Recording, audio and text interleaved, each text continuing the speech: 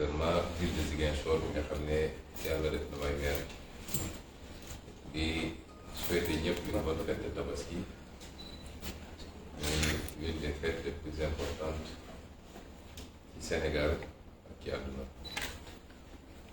di leen ñaanal di ko ñaanal suñu bopp ñu fekk ko ak yu bëree bëri te mu ànd ak barke ànd ak wërsëg ànd ak wér-gu-yaram waaye ànd ak jàmm surtout ndax lu waaye am tam jàmm rek crois que am na ci manqué yu bëri di wax tamit ni fête bi ni mu waroon neexee en tout cas ci ñun neexee ko noonu parce que jamono jii ñu koy feete am na fii ci Casamance diggante Ziguinchor ak Bignona ñaari famille yoo xam ne ñu ngi dund naqar te dara tegu leen ko mu dul assassinat mooy rey boo xam ne rey bu nit tey la ñu def ko ci seeni doom mooy li xewoon ci manifestation pacifique waaye Macky Sall joxe ndigal pour ñu tiire ci ay nit ñoo xam ne yow ñu woon gànnaay yow ñu woon dara li ci gën a métti nag mooy gannaaw liñ leen faagagale ci anam boobu ba jamono ji ñu toll seeni mbokk mënuñoo jot ci seeni néew pour mu leen denc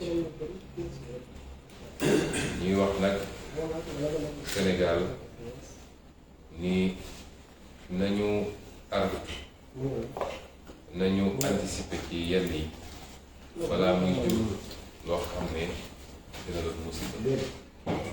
ndax tey procureur mi ngi nangu ay néewu jàmbur procureur Ziguinchor jamono jii ñuy wax moom ma nga dem toog Dakar ak njabootam di tabaski waaye bàyyi ñii ak seen naqar boo jëlee kaaw bi ñoo na bi ba léegi lànk nañu ne duñu delloo néew waaye lànk nañu wax sax nit ñi lan moo rey xale bi li ñuy wax genre de mort boo ñëwee fii si Joon dañoo def seen rapport te def nañu autopsie ni xale bi li ko rey du bal waaye arme blanche ñu ne leen kon yoon may nañ ñu def ñuy wax contre expertise te contre expertise boobu famille bi am na sañ-sañu jaare ci avocat am tànn ak expert ñu tànn ak expert boo xam ne ci ñi gën a xarañ la ci Sénégal ndax chirurgien la médecin légiste la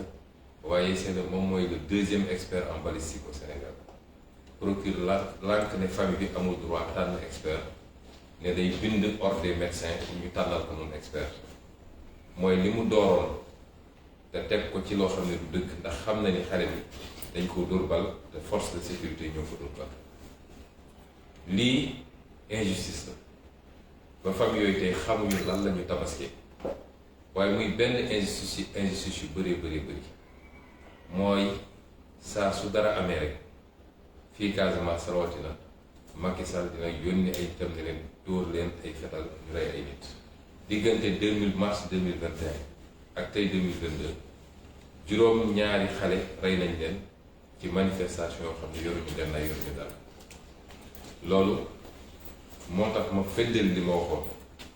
mooy Macky Sall dafa am problème ak Casamance ndax président de la République warul doxalee noonu ak benn pàcc ci réew te lii amul feneen fu muy am ci Sénégal waaye mu gën a garawati tey ku ñu jàpp ci manifestation Dakar li ñuy njëkk a laaj mooy ndax Casamance keroog dem nañu ci procès bi ñuy déglu nit ñi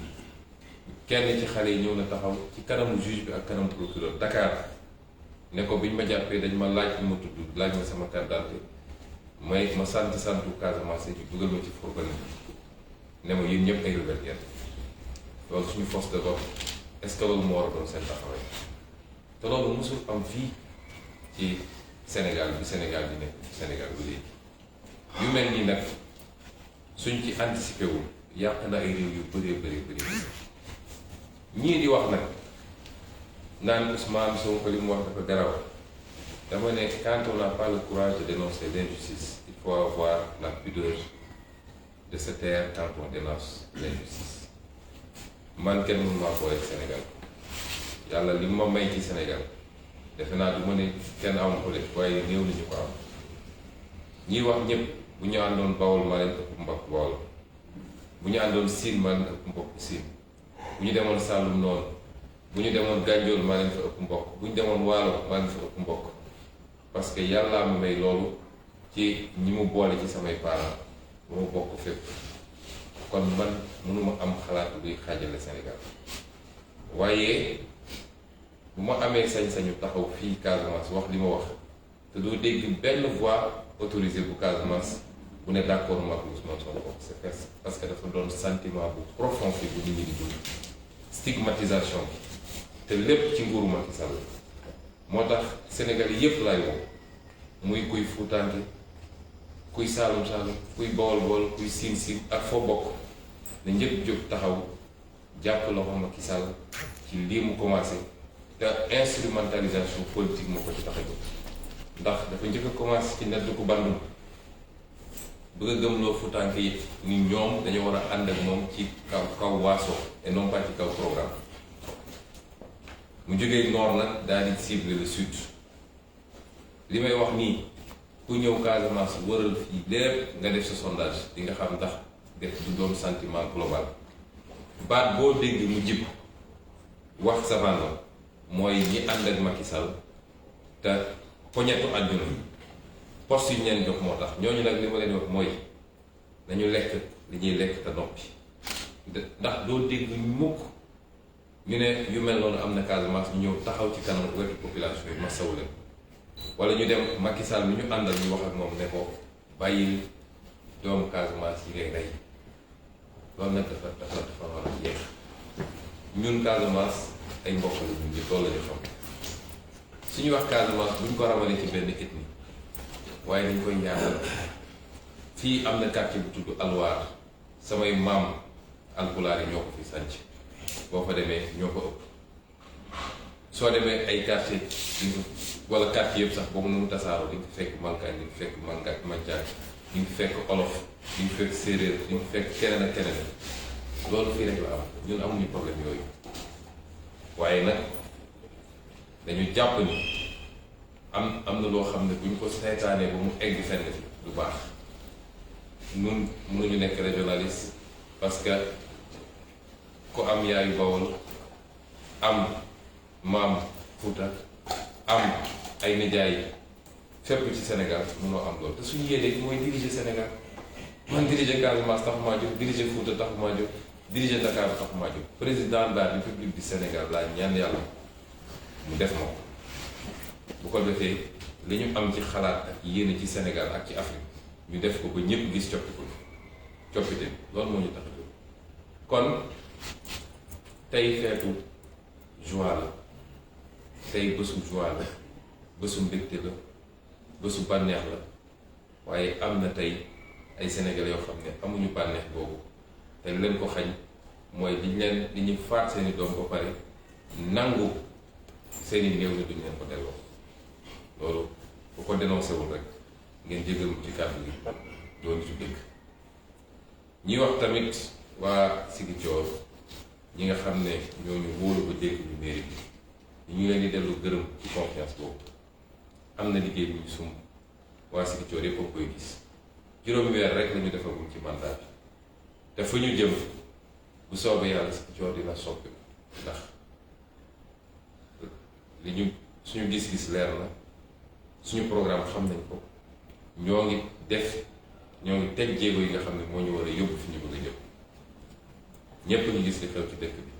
te lépp nag ci engagement wu Ziguinchor waaye ñun loolu la ñu gëm li ñu gëm mooy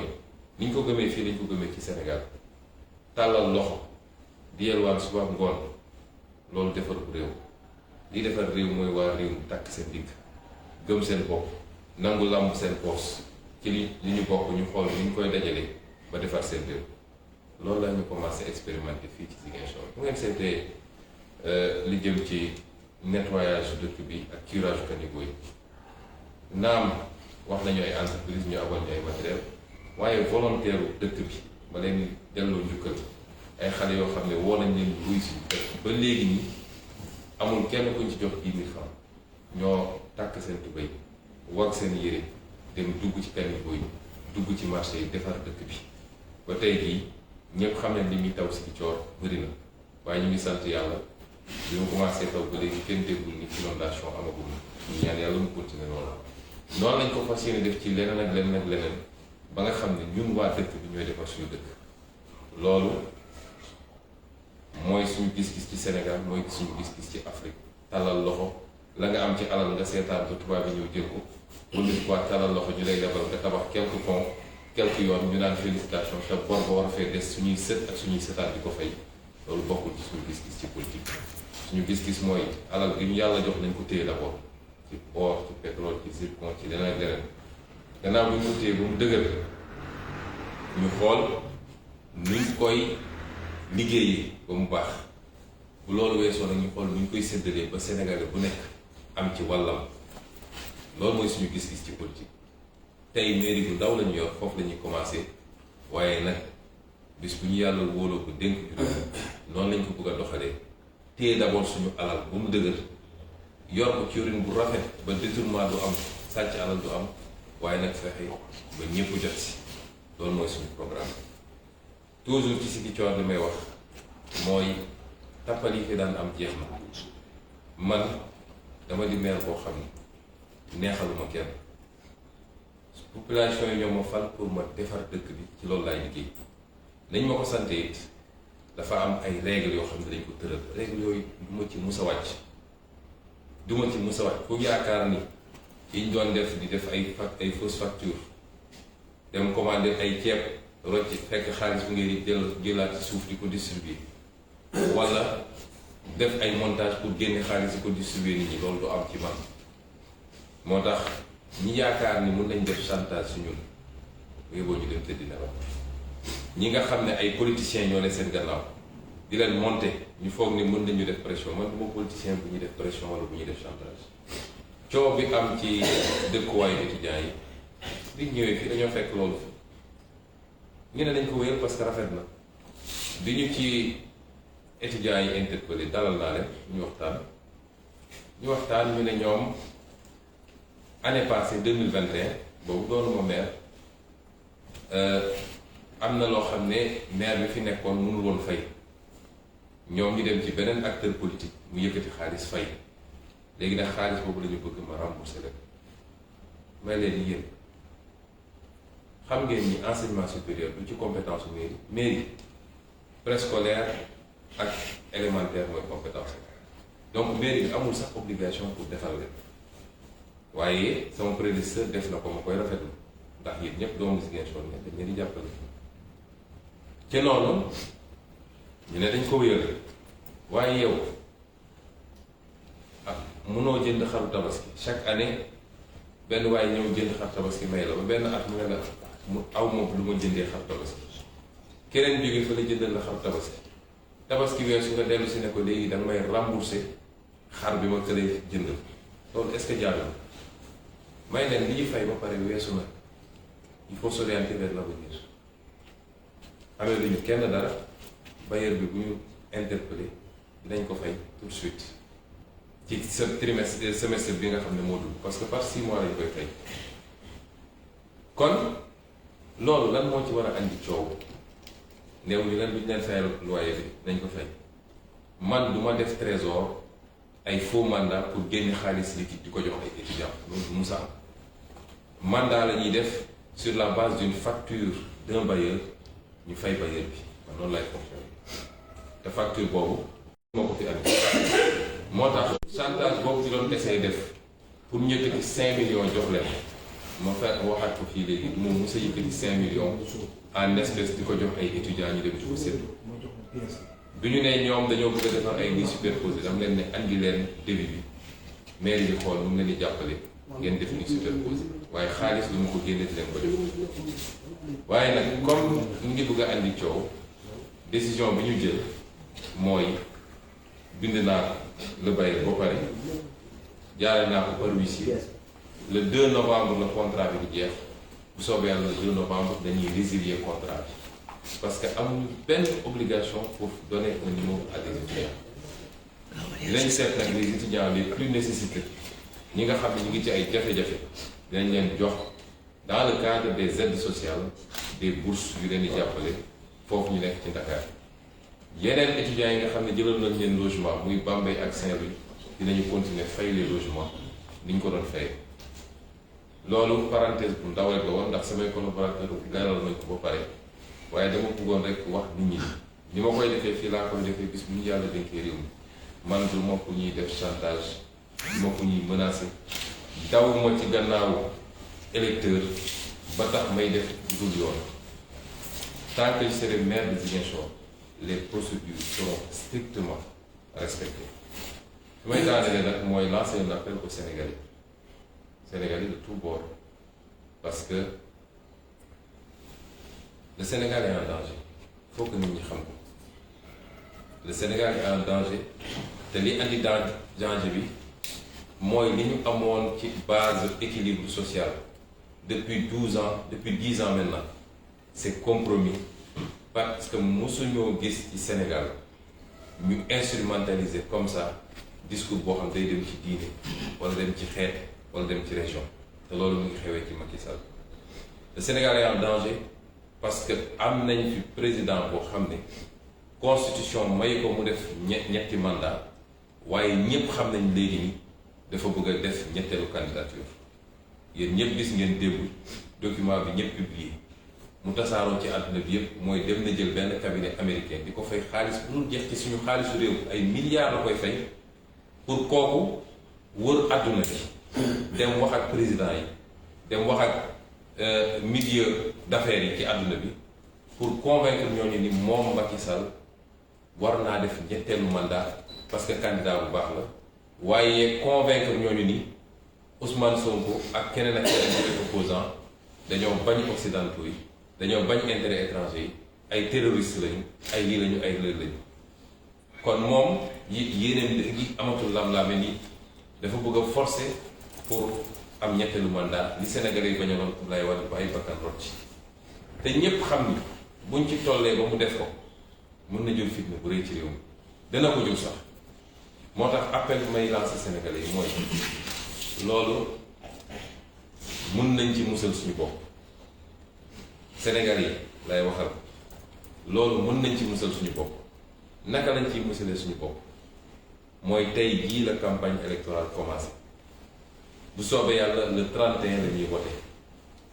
bu Sénégalais yi voté massivement pour opposition bi rawatina nag liste bi ma bokk man muy Yewwi Askan Wi def intercoalition ak Wallu bu ñu voté massivement pour ñooñu ni ko waa France defee ba Macron tey amul majorité buñ ko defee ba Macky Sall ñàkk assemblée nationale coowal ñetteelu mandat jeex na Sénégal ma bamtu ko parce que c'est très important mun nañu musal suñu bopp ay fitna ay jéey yoo xam ne xeex dina am bakkan dina roj ay nit nañ ci gaañ mën nañ ko musal suñu bopp te loolu soxlawul ñu xaar ba 2023 soxlawul ñu xaar ba 2024 mën nañ ko am ci 2022 bi mu ngi jaar ci lan mu ngi jaar ci yow Sénégalais bi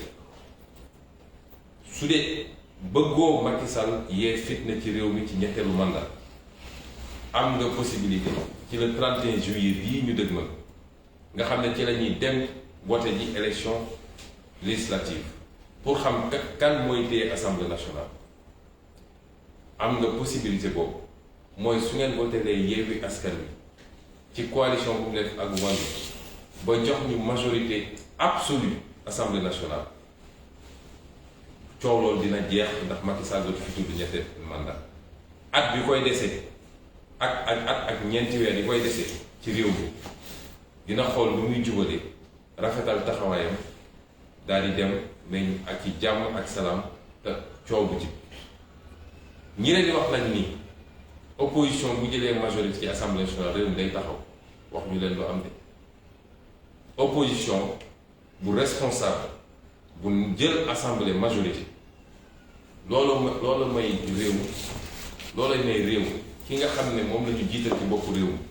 mu xam ni amul sañ-sañ boo xam ne lu ko neex def ci réew mi amatul sañ-sañ ku ko neex mu dóor ku ko neex mu tëj ku ko neex mu jox ko ay milliards ci xalal réew mi lu ko neex mu signé loolu amatul sañ-sañ bi loolu mooy andi équilibre ci réew mi bu dee nag gannaaw dàq fitna bi ma tudd bu dee yéen Sénégalais bëgg ngeen am lu leer nañ ci réew mi ni ñu ko yore woon ci jamono jooju yëpp te lu ñu mën a taxawal ci ay commission d'enquête parlementaire suñu pétrole suñu gaz bi suñu zircon bi suñu géej gi ñu jaay suñu suuf si ñuy joxe su dee bëgg ngeen loolu lépp leer jox leen opposition bi majorité absolue ànd ak li muy yombal Macky Sall dootul ñeme yëkkati kàddu bu mu waxee lu jëm ci troisième mandat ci Sénégal kon élection bi ñu dëgmal moo ëpp solo sax élection 2024 ndax moo mën a musal Sénégal ba faw ngeen war a xam rek ni àdduna yépp mu ngi jël bëtam teg ko ci Sénégal àdduna yépp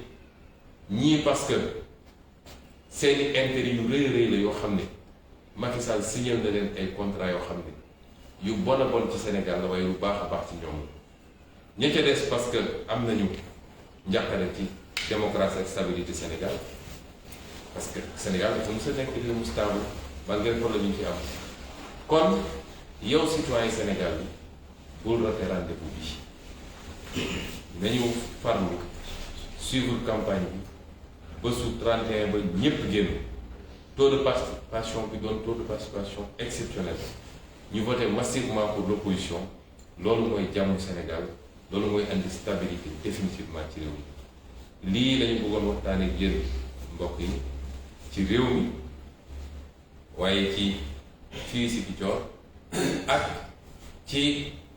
wax joo xam ne saa su taxawee rek dañuy bëgg a fexe ba créer benn dossier bu bees ci Ousmane Sonko may wax nag ni man kenn mënu maa booleeg Sénégal man ak Sénégal mooy jën ak géej gi man fu ma dem ci Sénégal sama kër la fu ma dem Sénégal sama région la ethnie boo jël Sénégal sama ethnie la loolu yàllaa ma ko may kenn mënu maa booleeg Sénégal waaye nag ni ñu bëgg a fexee ba téye làmmiñu nit ñi ba kenn du ñeme wax ci problème yi am rawatina fii ci sudu Sénégal bi loolu jeex na ci Sénégal saa su dara amee rek ñu war cee wax dinañ ci wax te dinañ ko wax ni ñu ko war a waxee ñuy woo Sénégalais yépp nag ñu gën a dëgër gën a jàppante bañ manipulation politicienne yi bañ ñi nga xam ne pouvoir jaral na leen lu nekk ñu dugg suñu diggante Sénégal amul waaso amul xiiroo foo dem di nga fekk famille boo dem di nga fa fekk xeet yëpp ndax dañuy séyante suñu biir dañuy ànd suñu biir dañuy bokk di jëflante suñu biir loolu mooy Sénégal bu ñu nangu nguuru Macky Sall yàqal ñu ko ñu ngi leen di gërëm di leen sant salaamaaleykum.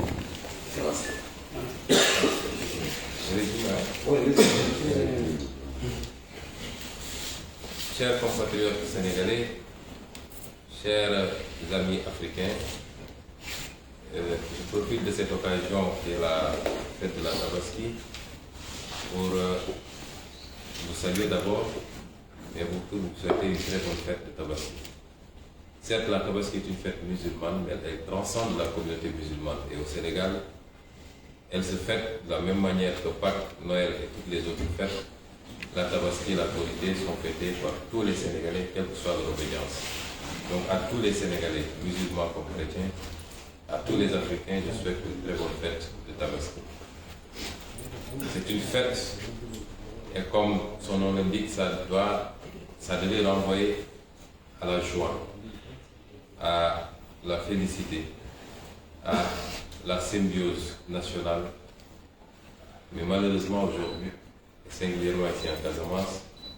il se trouve des familles qui ne peuvent pas fêter comme toutes les autres familles,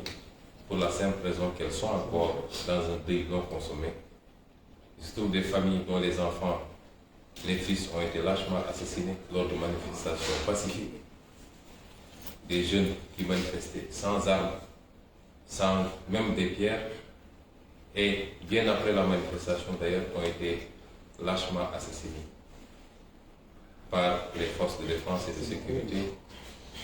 commandées par le président Macky Sall lui-même. Il se trouve que ça devient assez répétitif en Casamance. de mars 2021 à aujourd'hui, 7 jeunes ont été assassinés parce que simplement ils manifestaient ici en Casamance. D'autres ont été torturés, malmenés. Il y en a un d'ailleurs qui vient de sortir de l'hôpital, il a été gravement torturé. Cela est inadmissible, il faut y mettre un terme. Mais au-delà, ce qui se passe, c'est cette stigmatisation des Casamancés. Et quand je parle de Casamancés, ça va au-delà d'une ethnie. C'est seuls les ignares qui ne connaissent pas la Casamance qui pensent que la Casamance rime avec une ethnie. Vous avez toutes les ethnies condensées ici en Casamance. Vous avez des quartiers entiers qui portent, qui ont été fondés par des ethnies qui sont venues du nord du pays, du centre du pays pour venir s'installer. La Casamance est la région la plus cosmopolite, particulièrement la région de Ziguinchor et la ville de Ziguinchor. Et cette stigmatisation des Casamancés se manifeste par un ciblage lors des arrestations dans les manifestations. Je ne parle même pas de la Casamance, mais à Dakar et ailleurs, où des forces de défense et de sécurité se permettent de traiter les ressortissants de la Casamance arrêtés dans des manifestations systématiquement de rebelles et de les malmener. Personne ne nous a fait de dénoncer ces pratiques. À tous ces moralisateurs qui profitent de ma sortie pour rier sur les médias et décréter des propos d'une extrême gravité, je leur dis, vos leçons, vous pouvez vous les garder. Je n'ai pas besoin de vos leçons si vous n'avez pas le courage de dénoncer ces dérives extrêmement graves et qui ont fini de créer un malaise général ici en Casamance. Ayez au moins la pudeur de vous taire. Je n'ai pas de leçons à recevoir de vous. Nous dénoncerons comme je l'aurais dénoncé si ça s'était passé dans une autre zone du Sénégal. Parce que mon ambition, moi, ce n'est pas de diriger la Casamance. Mon ambition, c'est d'être président de la République du Sénégal. Et je dirais à ces gens-là, personne ne peut me mettre en mal avec le Sénégal, parce que du brassage qui a prévalu à ma naissance, il ressort que je suis un citoyen sénégalais. Je suis aussi bien à l'aise dans le nord, au centre, au sud, parce que j'ai des parents éparpillés un peu partout. Je ne peux pas tenir un discours régionaliste. Ces pratiques que les Casamancés sont en tête du livre, je les aurais dénoncées si elles concernaient des Foutanké ou des Baol ou des Saloum Saloum, je les aurais dénoncées avec la même vigueur, sinon beaucoup plus de vigueur. Et aujourd'hui,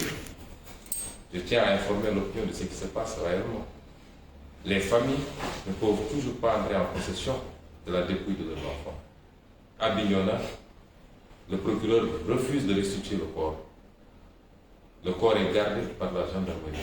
Et il refuse de donner le genre de mort. À Ziguinchor, ils ont prétendu avoir fait une autopsie pour conclure à une mort par arme blanche, par un objet contondant. Les familles ont souhaité faire la contre-expertise, ce que la loi leur permet. Les avocats ont retenu un expert qui se trouvait être l'un des meilleurs de sa spécialité, chirurgien, médecin légiste et en même temps deuxième expert balistique au Sénégal. Parce que dans le cas d'espèce, le procureur peut librement choisir pour faire l'autopsie, la première autopsie, soit de saisir l'ordre des médecins ou de désigner lui-même. Mais quand il s'agit de contre-expertise, c'est la famille, par la voix de ses avocats, qui a le droit de choisir un expert. Et le procureur refuse cela. Il vient d'adresser un courrier au président de l'ordre des experts pour lui demander de désigner un autre expert, ce que nous n'accepterons pas. Ce procureur aujourd'hui a kidnappé les dépouilles mortelles. Les familles ne peuvent pas consommer le deuil. Lui, il est parti tranquillement passer sa tabaski à Dakar avec sa famille. C'est particulièrement injuste. Ces assassinats ciblés, ici, en Casamance, cette stigmatisation des Casamancés doit impérativement cesser et le seul responsable s'appelle Macky Sall. Voilà un homme qui n'a jamais digéré ses défaites en Casamance. Depuis sa défaite de 2019, il n'a pas mis les pieds ici. Pourtant, il fait le tour du Sénégal. Mais qu'à cela ne tienne, il est libre de le faire, mais qu'il arrête d'assassiner de jeunes Casamancés pour des manifestations pacifiques et non armées. Nous ne l'acceptons pas, nous le dénonçons et maintient tout ce que j'ai dit. Macky Sall a un problème avec la Casamance. Que ça plaise ou pas, je le dis. Quand il arrêtera de stigmatiser les Casamanciens et d'assassiner des manifestants, nous pourrons revoir ce jugement. Pour le moment, je le maintiens intégralement et entièrement. Et dire aussi que nous poursuivrons ces procédures. Les familles auront la patience qu'il faut cette année, cette fois-ci, jusqu'à ce que les contre-expertises soient faites et qu'il soit établi que ces jeunes ont été assassinés par des forces de défense et de sécurité qui n'avaient pas besoin de tirer sur des manifestations à main nue. Et que ce soit le point de départ pour que cela cesse, qu'on n'ait plus à utiliser ces méthodes nulle part dans le Sénégal et particulièrement ici, en Casamance. Je voudrais dire également que, surtout aux politiciens locaux, qui me traitent même de rebelle, je veux bien, ils n'ont qu'à consommer tranquillement le butin de leur position et de leur compromission vis-à-vis de Macky Sall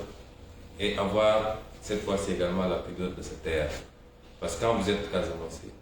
quand vous êtes Sénégalais tout court, quand des gens sont assassinés de manière froide et gratuite, vous n'avez même pas le courage de le dénoncer. Vous n'avez même pas le courage d'aller dire, d'aller présenter vos condoléances aux familles. Vous n'avez même pas le courage de dire à Macky Sall, même si c'est votre allié, votre président de parti, que c'en est trop et qu'il faut qu'il arrête, vous devez avoir la pudeur de vous taire.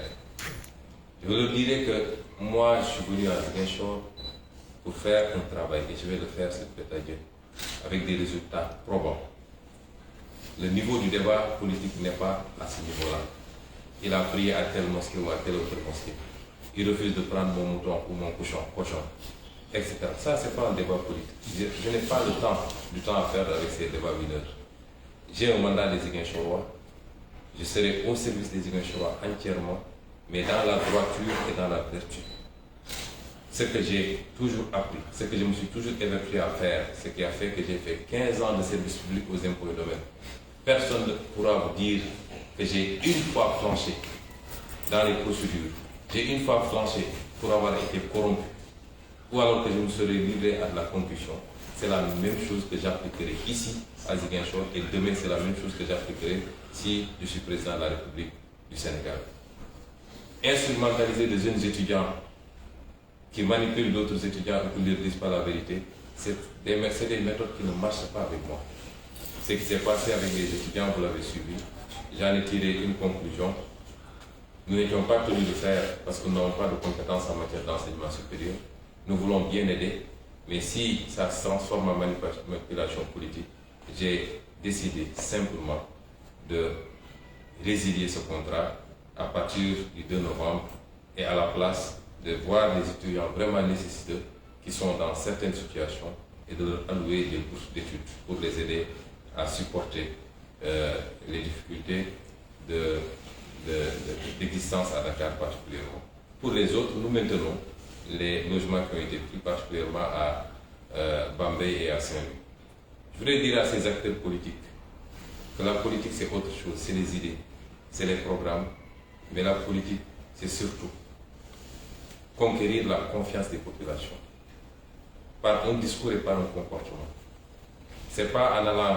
piller des caisses là-bas à partir des responsabilités qu'on occupe, venir distribuer de l'argent à gauche, à droite, qu'on va conquérir cette confiance des populations. S'ils ont du mal à suivre le rythme que nous leur imposons, cette autre façon de faire de la politique, je ne suis pas responsable, je suis désolé. Et les choses vont changer, ça va commencer ici, et s'il peut agir, ça va aller plus loin. Je voudrais également lancer un appel aux Sénégalais parce que c'est extrêmement important. Nous savons tous maintenant que Macky Sall est décidé à faire un troisième mandat. Et décidé à déposer une troisième candidature. Parce que troisième candidature ne rime pas avec troisième mandat.